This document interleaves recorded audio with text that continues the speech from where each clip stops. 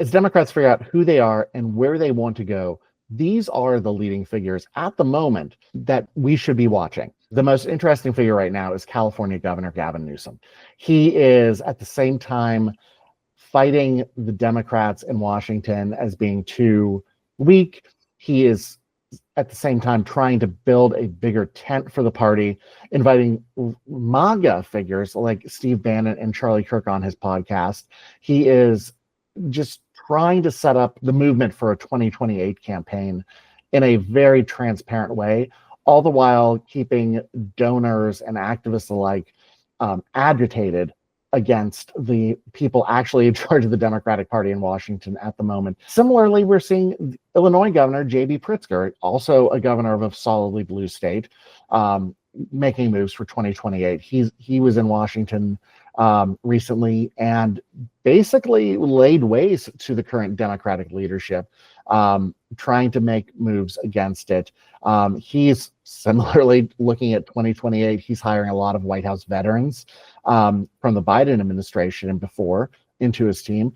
And there's a lot of interest in what a billionaire from the heartland could do if things line up correctly for him. Similarly, Tim Walz, who was the vice presidential nominee last year, he's currently the governor of Minnesota. He's trying to do a Midwest middling approach to this, and we're not sure what to make of that either. He's currently going on a tour of state House Republican districts. It is the greatest told you so tour that he never wanted to be on, telling crowds, this is what we warned you against. You didn't listen to us. Now you have to find out the consequences.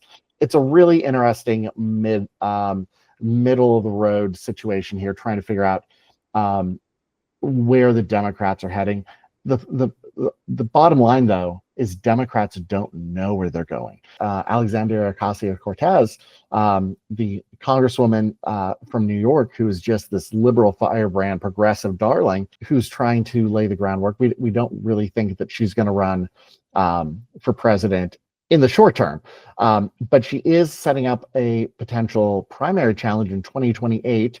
Because yes, we live in a permanent campaign, and the 2028 cycle is the next time Chuck Schumer is up, is setting herself up to primary him. House Democrats decided against putting her in charge of the oversight panel last year. There's a lot of recrimination about that, given her success, prowess, skill, savagery, being a member of that panel and challenging the Trump administration at this point. Pete Buttigieg, who decided against running for Senate out of Michigan, also getting some buzz. You've got folks like Wes Moore, the governor of Maryland, who made a trip to Washington that got a lot of tongues wagging about his aspirations.